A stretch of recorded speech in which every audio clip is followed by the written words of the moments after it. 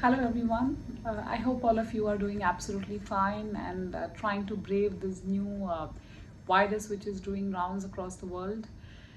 The underlying tone of the monetary policy decision also, which was announced today, clearly had that underlying theme in mind, which is there is an Omicron which is potentially waiting to lurk on growth, and that could be a big driver, for why RBI decided to be on hold, and as I call it in Bollywood style. Omicron ने किया है इशारा status को का है खेल सारा.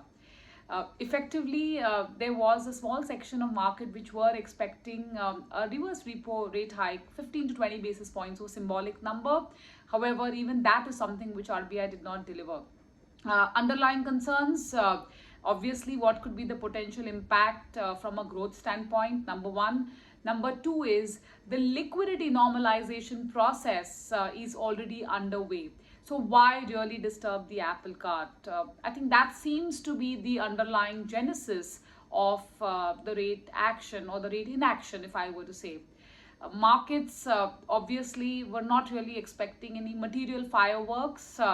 Even if there were to be a reverse repo rate hike, it would have been at best symbolic, and hence the outcome would not have been any different from what we actually saw post policy, where across the yield curve there was some buying witnessed. The 10-year benchmark eased about 2 to 3 basis points. At 6.34 is where we saw the 10-year benchmark settle in. We also saw the OIS curve or the swap curve actually come down by 2 to 4 basis points, which again is testimony to the fact that quite a bit of negative news was already discounted into the prices, and therefore there was some sort of a respite or a relief buying, as they would call it. On the liquidity front, what the Reserve Bank of India did was actually continue the path of normalization via VRRR, or the variable rate reverse repo. So we have the 7-day, 14-day and the 28-day auctions which the Reserve Bank of India conducts. What they also announced in addition was an additional 1.5 trillion rupees on the 14-day VRRR front, which will be in a graded manner starting December up until Jan. They also made a statement that going into Jan, there would be auction based on the repo front, on the reverse repo front, which in itself is a little bit of, I would say, a conundrum, because the tenor was not specified. Nothing of that was really mentioned. So I think that's going to be a wait and watch. Our own guess is that this could be possibly trying to link the overnight rate gradually to the repo rate. Of course, as I said, this is just conjecture. We will get more color as we go into Jan 2022. But for now, the theme for fixed income markets going forward after today's policies outcome clearly seems to be enjoy the carry.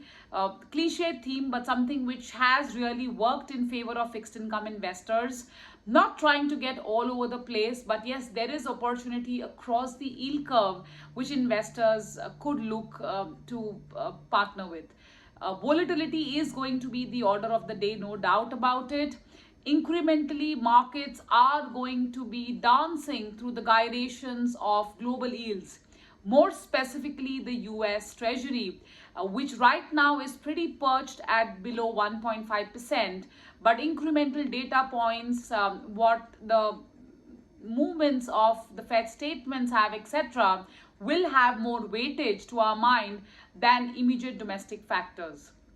Another key watch out point is a potential index inclusion, rather a glide path towards that, as to how that will really happen, because the foreign portfolio investors who still continue to be net sellers for CY 2021 to date, that could be a potential game changer, which will also allow for anchoring of bond yields.